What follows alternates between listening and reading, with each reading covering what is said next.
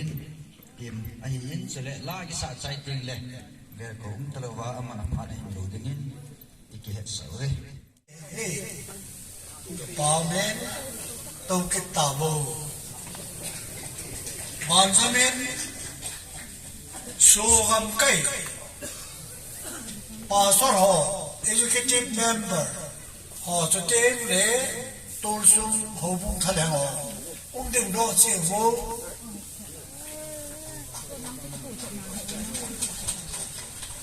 cái pa me ban zamin Chesanpur gam kai pa sor ho cho tên le executive member ho bung thalang ho zo se na bon chan hung din do ta di wo hey cái pa me ban zamin eno par gam kai pa sor ho executive member ho tul sung ho bung thalang ho zo sim din do tim wo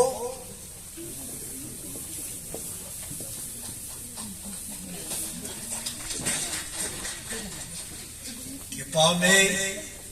tôn ho sung ho sap fu chu hong din do ta ngam kai sunga ho bung tul sunga ko na ho so ho yo a hong yo si khat be hong din ta di bo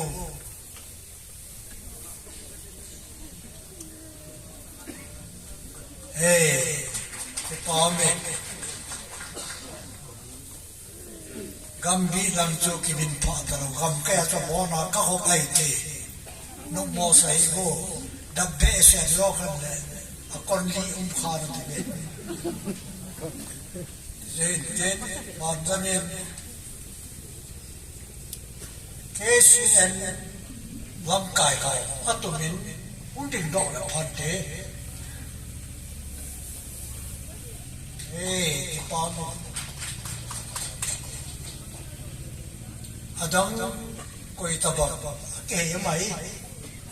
o hom pyo in he cha ji wo